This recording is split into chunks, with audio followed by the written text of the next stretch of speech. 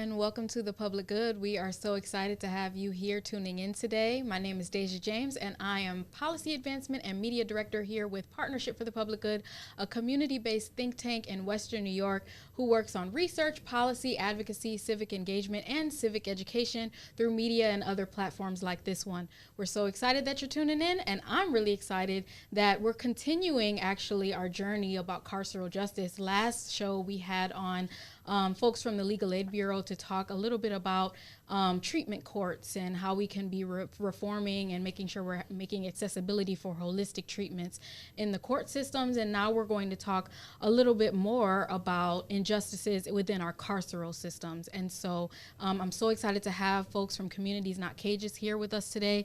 And I'm going to let those folks introduce themselves. So I don't know who wants to start first, but if you could talk about your name, your org, who you're representing here today. And we can get into it. Okay. Yep. I guess I'll go first. I'm Thomas Gant. I'm from the Center for Community Alternatives, affectionately known as CCA.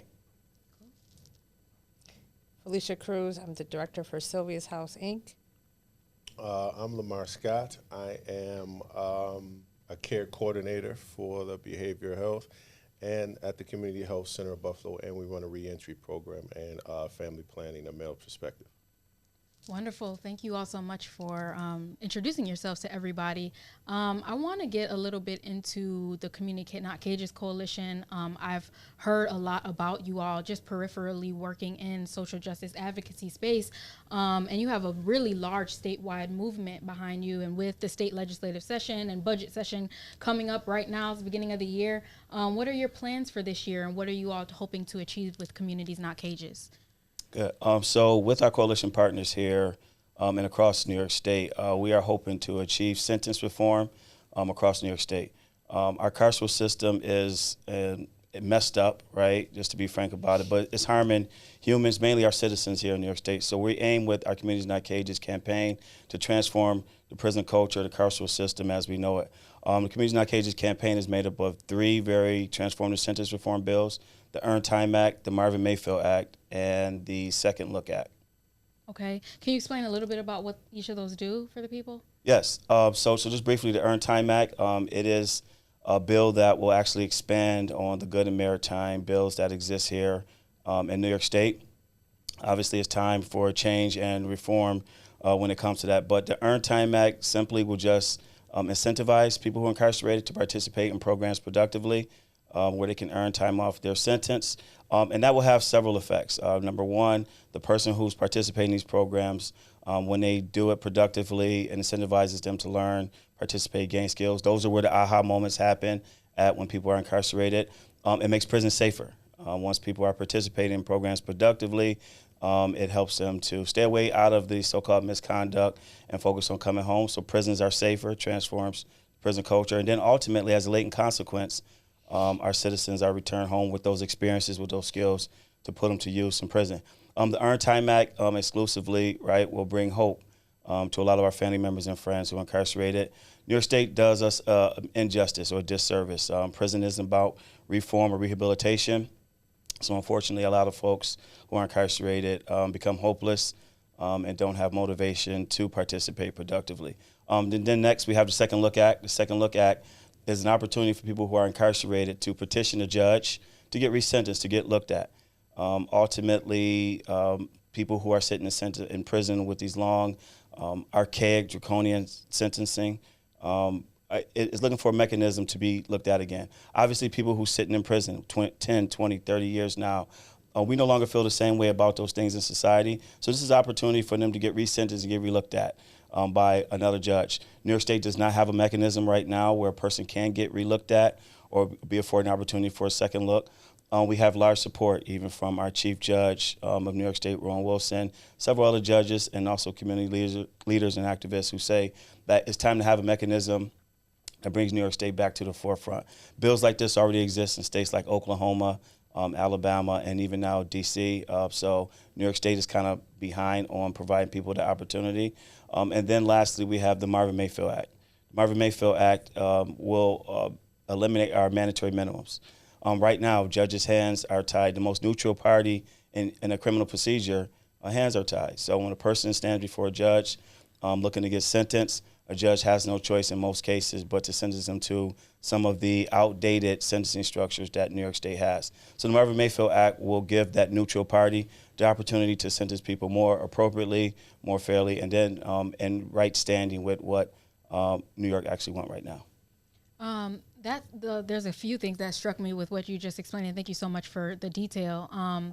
For the Second Look Act, I believe you said it's already implemented in Alabama, Oklahoma, some places that you kind of don't think would be more advanced in terms of a carceral type of justice system. Right.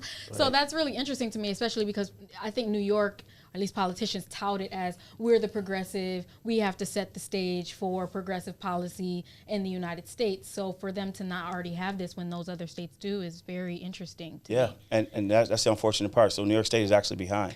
These so-called red states are actually leading the charge with criminal justice reform. So the Second Look Act gives New York opportunity to kind of step into the future, right? We know that after the 94 crime bill, after Governor Pataki's so-called hard stance on crime, people were sentenced to these long sentences, right?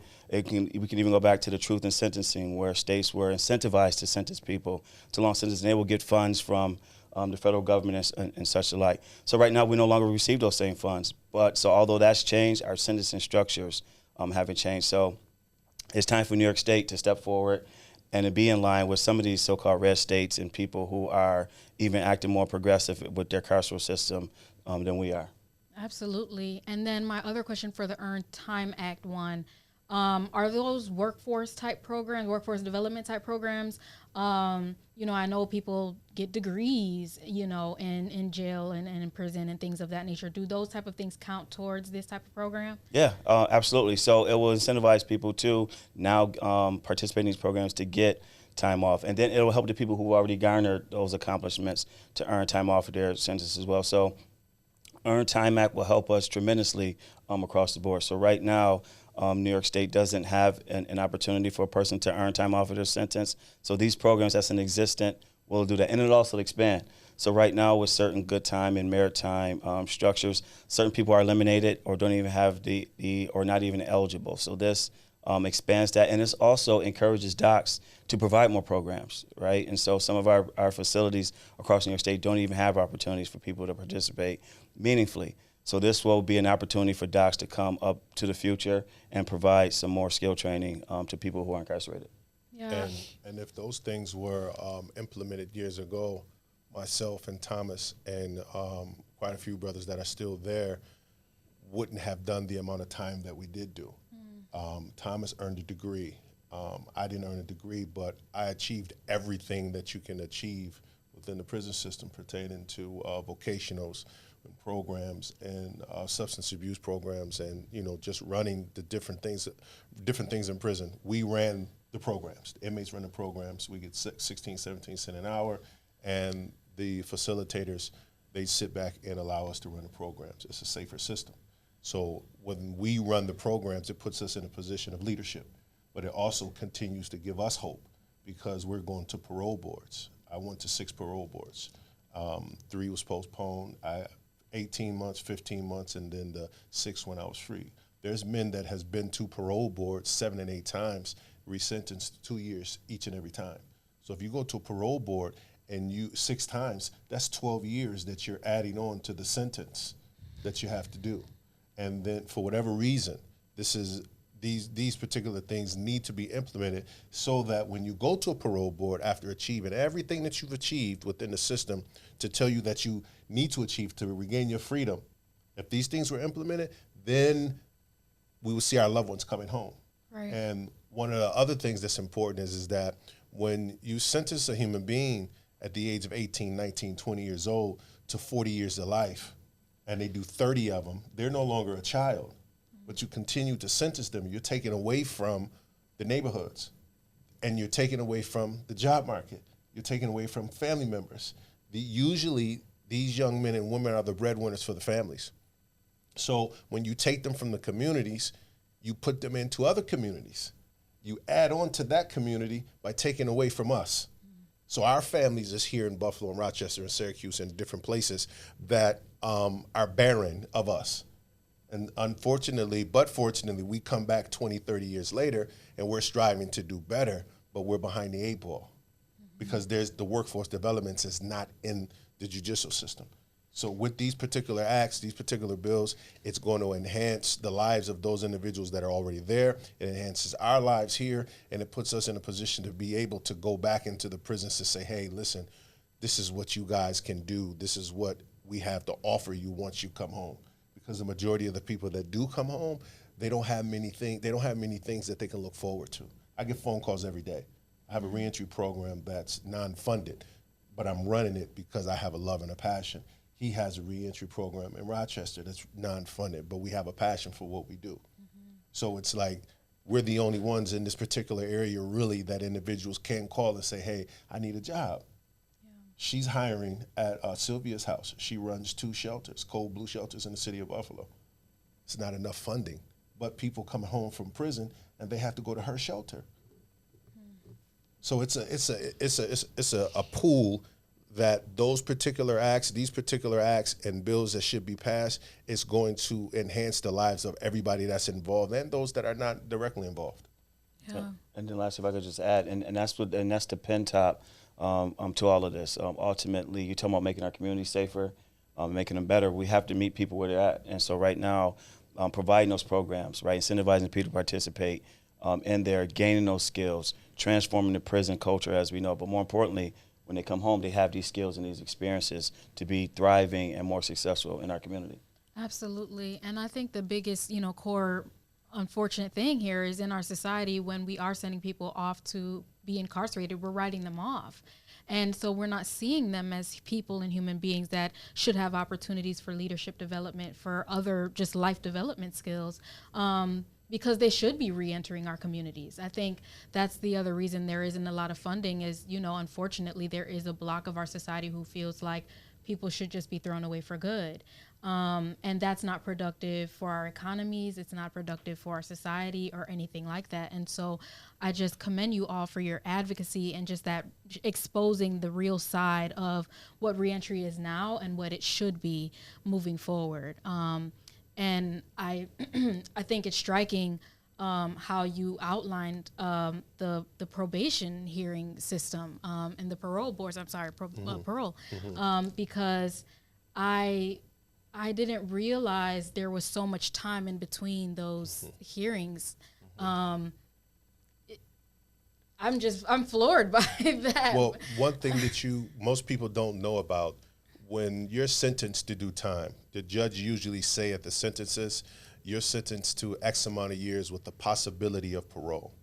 That terminology within itself means it's possible you'll make it and it's possible you won't make it. But we forget because we're so locked in to getting the GED, getting the getting a business degree, getting college degrees, and all of the programs that they don't tell you that you have to take while you sentence. That's another thing. If I'm sentenced to 25 years to life, I'm just sentenced to 25 years. The judge doesn't say, I'm sentencing you to 25 years, along with an ART, aggressive replacements training, along with alcohol abusive training. You have to do all these things in order to come home. You just sentenced. So when you get to the system, we take these programs, one, because we want to be better people. We're striving to be better human beings. But along with that, the civilians that are there, they have employment to come in and present these programs and these particular programs and jobs to us. So we take them because there's nothing else for us to do. Plus, we're 18, 19-year-old kids. So we haven't achieved anything in life. So once you become an ART facilitator, you looked upon as, wow, he's an intelligent guy. He's a leader amongst thousands of men. And then there's also the family reunion program, which we participate in with our families. That's incentivized to stay out of trouble, not to get any dirty urines, not to get any disciplinary infractions. All of those things are there. So we take the programs to go on the trailer visits with our family members. But within all of that, we're holding on to hope that when we get the 6-month time off for going to college, because they give you 6 months. What is it? What is it called? LCTA. LCTA. You go to your parole board 6 months ahead of time, 6 months early. Okay. They give you 6 months off. Usually in New York State, you do 85% of the time. In other states, if you sentence to 25 years, you do maybe 12 to 13, 14 years and you go home. New York State, you sentence to do 25 years, you're going to do 25. That's it. There's no sugarcoating it. But along with these particular programs that you have in the prison system, these programs are there really to help you if you take advantage of them. We take advantage of them because we're holding on to hope to regain our freedom. We're not taking advantage of them. The majority is not taking advantage of them because we're saying, we're going to go home and I'm going to be a brick masonry. I'm going to go home and be an electrician. I'm going to go home and go in auto tech. I'm going to go home and become a computer analyst. Because the majority of things there is really dinosaur stuff. You know what I mean? So you can't get on the computers and do certain things because people are convicted of heinous crimes. So you can't have access to the computers. You play video games there. You know, little video games, unless you know, general business, but they put you on a little computer screen and you do some stuff and it makes you feel good because, again, when I went to prison, there was telephone booths on the corner. So a video game, to me, a computer is like, wow, to most people. But again, these particular programs that are in prison, they're old, they're outdated, they need to be upgraded. We need to be the ones in the system to present these programs from the outside to people. We have Sam and Peter Capitano from the Local 210 laborers who are good friends of mine. I introduced them to Thomas. They love them. We're doing the best that we can to implement these things in the prison so that when they come home, they're already 3 or 4 steps ahead. They can come home and become a construction worker, electrician, or you know, these different jobs that we have going on. You know, CDL licenses, so that they can become a part of the Department of Labor. We never knew, did we, that you can be documented to become part of the Department of Labor. We never knew these things until we came home from prison. But all of these acts itself, all of these bills and all of these acts that we're championing right now will open up the doors for all of those things to happen. And there's so many pathways and pipelines to get you into that system. But then once it's time to get you back out, it's all of a sudden the doors are closed. It's really ambiguous. Nobody's there to help you. And I've just seen so many people like you who have been released who want to help their community, and there's so many barriers to be able to do so. And why aren't some of these human services jobs given to people that are formerly incarcerated who could connect directly with that community and understand that experience? You know, I think it happens with us as people of color in general, that jobs that are supposed to be catered to us or advertised to us aren't given to us, but are just, you know, given to other people to then come to us. And so why aren't we actually hiring from directly affected communities? And, you know, like I said, I really can't see any other reason against those things other than society's kind of fear behind people who are formerly incarcerated. And I think the majority of people really feel like these are dangerous people that we just don't know, and we're scared and we don't understand. So I'm so thankful to have you all here to kind of dispel some of those preconceived notions.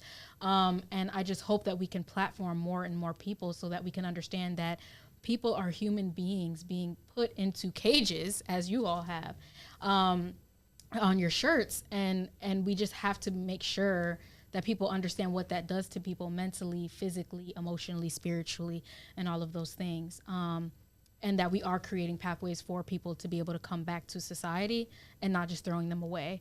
I'm sorry, I'm like ranting a little bit, but I want you to be able to talk about the next steps and how people can get involved in advocating for some of these things, because I know that there are such things as lobby days, but some people may not understand the work that goes behind advocating for these things to get done in state legislators or even local, you know, municipalities. So what does that process look like? What do you want people to do to be able to help with these bills? Thanks, Deja. And I also want to underscore, because you made a great point, right? It's about incarcerated family and loved ones that's incarcerated, but also want to put the spotlight on these bills is aiming to support and help families.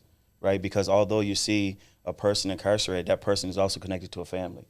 And so this reform, these changes that we're calling for, isn't just for the incarcerated person, but it's also for the thousands and countless of families who I talk to, the mothers, the wives, the children who literally want their families home. So Communities Not Cages is really about helping and restoring families and being a remedy to the harms that these systems and these sentencing structures has caused. But so one of the things that we're trying to aim to do is to get more families involved and to bring more people to this space and advocate. And how we do that is we're actually going to be holding an advocacy day here, well, in Albany on February 4th. So we're going to all go to Albany, talk to our lawmakers, and let them know that this is the change that we want. So we want family members, friends, directly impacted, indirectly impacted, everybody who wants to change this carceral system to come out to Albany with us February 4th. We're going to meet with lawmakers. We're going to hold press conferences. We're going to have lunch. We're going to have bands. We're going to have people come in and speak and join. We're going to, ultimately turn into a good time, but more importantly, let our legislators know that we want change. So we're providing transportation at CCA and also lunch for everybody who wants to come. So that's on February 4th at 10 a.m. to 4 p.m. Wonderful. Thank you so much for all of your hard work and advocacy around this issue. I want to circle back a little bit and talk a little bit about like the reentry process as it is now. You mentioned that Sylvia's house here is with us, and you have some firsthand understanding of what it's like and what the state of people's lives are like once they're reentering. Can you describe that a little bit for people? Okay. First of all, when you coming home from prison, there's an excitement within us. We have an excitement because we're being released back into society, because prison itself is a whole nother world. And it's a world where the average person would never, ever be able to survive it. So when you come home, you're excited. You want to hit the ground running. You want to save the world. You want to get your licenses. You want to get jobs and take care of your family. If you got kids, you got wives, everything is just so exciting. And then the world hits you, bam. Where I'm going to go? Who can I go to? Because everything that they give us in the system, the transitional centers, all of the information is outdated information. These are brick and mortar buildings that don't exist anymore, emails that don't exist anymore. So then this is where he comes in. We keep in contact with hundreds of people that are still incarcerated. So my phone was going off just now as we speak. Prison call just now, 315. So it's like individuals are continuing to call because they have family members that come home, and they family members are scared because their loved ones is coming home. They don't know what to expect from them. They want them to do well, but they don't know what to expect from them. So they want help on how to assist their family members in getting jobs. There's a lot of people that don't have driver's licenses. They have marks against their licenses, child support payments that they can't get a license in order to drive so they can go to work. They don't know how to get passes to get transportation. And then there's the jobs, the housing, two things that's very important. You have to have lodging and you have to have employment. If you don't have a place to live and if you don't have employment, how are you going to take care of yourself? A lot of them end up at her place, and along with the homeless population in the city of Buffalo.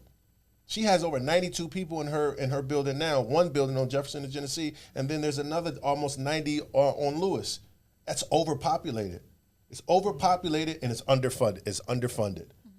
She's struggling right now to make the ends meet. She had to go and take care of some businesses she didn't want to take care of legally, of course, to make sure that her employees is paid because of the lack of funding from the city of Buffalo and Erie County.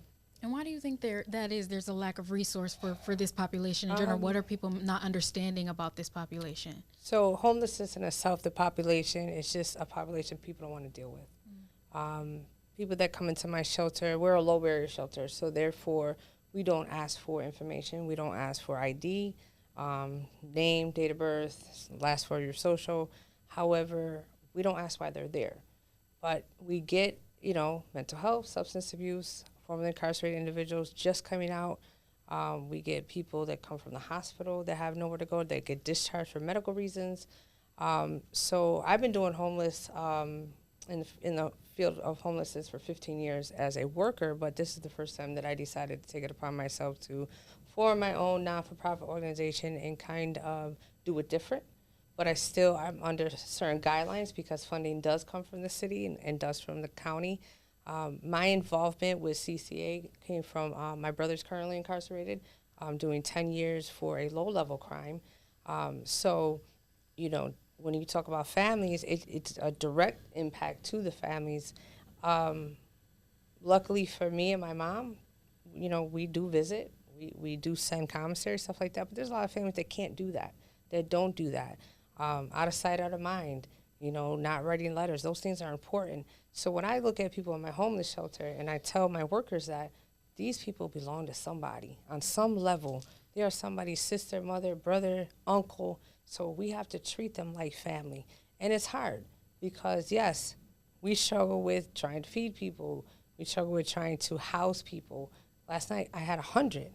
I was maxed out at 100 people in one shelter and 50 in another.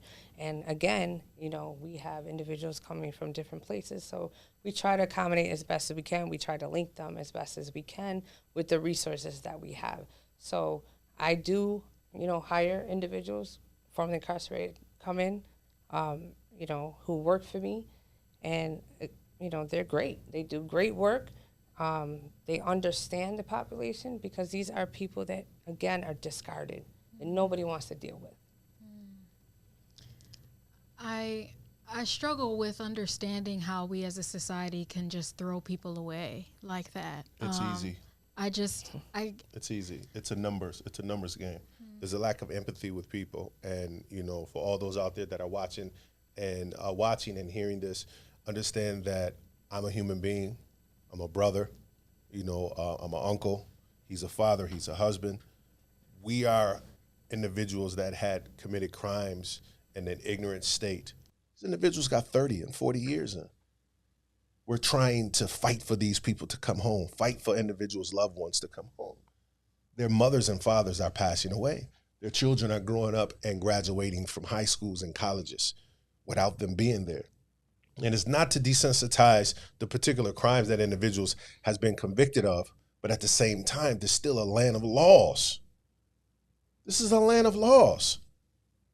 Everybody has to follow them. So we have to be the ones to say, hey, listen, lawmakers, hello, we here. Please take a look at these things so that our family members and loved ones can come home. Because crime is affecting everybody now. It's not just the east side of Buffalo anymore. It's South Buffalo. It's North Buffalo. It's Greece, Henrietta, and Rochester. It's Orchard Park. Crimes is affecting everybody. So now everybody's family members and children are going to prison. That should make it even more better for individuals to pass these laws.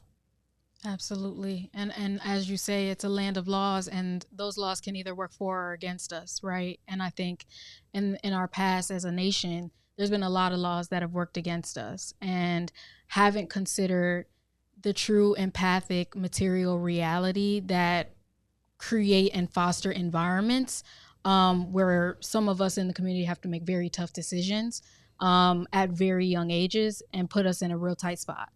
And I think a lot of people don't understand what type of mind state that is or where you have to be or what that feels like and how hard or it is to make a different choice when you are a kid. I mean, we all make mistakes and we all make really stupid decisions as young people and as older people. So, and for some people in society to be given a second chance or say, oh, they're a kid, because who gets those chances and what type of people are like, oh, well, they're a kid. But then this 17-year-old Black child, oh, that's an adult. Right. And so how are we differentiating that? What's the definition of a kid? What's the definition of maturity, right, for people in society? And so all those things matter when we're creating laws. And like you mentioned, and, the 94 crime bill or all these other things, like what are those laws really enacting and who are they impacting the most? And so I just commend you all for bringing this up in a way that kind of makes legislators look at themselves in the mirror and say, who are you really doing this for and who are you really impacting? And I just, anything you all ever need for support from PPG or from any of us, just let us know. I thank you all for being on the show today. I don't know if you have any last remarks that you want to just wrap up with. Yes. Yeah, go ahead. Thank you. And also thank you for having us, and thank you for giving us this opportunity, because I do want to say this, Deja, that we are in the communities, right? We're talking to families and loved ones. We have Felicia here, so she gets it, right? And a person who has actually extended the door. She said that in her shelter, she opens the door to everybody. She doesn't charge anything against them, right? And so the message that we want to get out to our lawmakers is that it's time for New York to change. The communities, our families, our loved ones have changed. right? And we do have hope. I'm with people in Buffalo, Syracuse, Rochester every single day, and they want to change. So now it's time for New York to kind of make that pivot and change. We are far behind other so-called non-progressive states in how we look at our carceral system. And lastly, I'll just say that $3.2 billion a year goes into a system that's not only broken but harming human beings. I also would be remiss if I didn't remind and bring to the conversation the atrocity that was witnessed and recorded on tape with a fellow brother most recently. And so we've been out here beating the ground, making these claims that things need to change, right? And so we've had the remedy. And so now we're telling lawmakers that now we have actual proof, right, for the stuff that we've been saying has happened. Because not only is the physical trauma and harming happening, but the mental and psychological trauma is happening. And enough's enough. We want more investment in our communities and less in these racist, archaic, destructive institutions and systems that are harming us. So New York State needs to come to the forefront. Our lawmakers need to know your constituents, the people in your community who we talk with and be with every day, is making that claim. So February 4th, we're going to go to Albany. We'll love anybody who is interested and who needs transportation. We'll provide that. Please get in contact with us. We'll make sure we get you a seat on the bus and also provide lunch. But we need everybody to come out February 4th, especially in this region, right? Buffalo, Beacon of Western New York. We need to have a seat at the table. Our lawmakers are not on board right now, unfortunately. And so we need to hold them to the fire. We need to let them know as citizens, this is what we want. So we encourage everybody to call your lawmakers, tell them we want change. We want the Marvin Mayfield Act. We want the Earned Time Act. We want a second look at because this is the remedy that will undo the harms that has been happening to us for decades. Absolutely. Thank you so much for highlighting that. We're going to make sure that we tag Community Not Cages, the page on their website, anywhere you're looking at this, YouTube, Facebook, Instagram, any of those places. Please make sure you check out the link. Please make sure you check out their materials on their social media pages and on their website. And I'm also going to make sure I tag Sylvia's house too, so that we can be giving any mutual aid or support also for the work that they do there. I commend you all for the work that you all are doing every day. And thank you so much for coming on the show today. I really appreciate you all. You're welcome. Thank you. you. This is awesome. Thank you. Awesome. This has been The Public Good. Thank you all for tuning in. We will see you next week, Tuesday. This has been Deja James with Partnership for the Public Good, or PPG, uniting over 360 community organizations trying to make a better Western New York and Buffalo. Thank you, and we'll see you next week.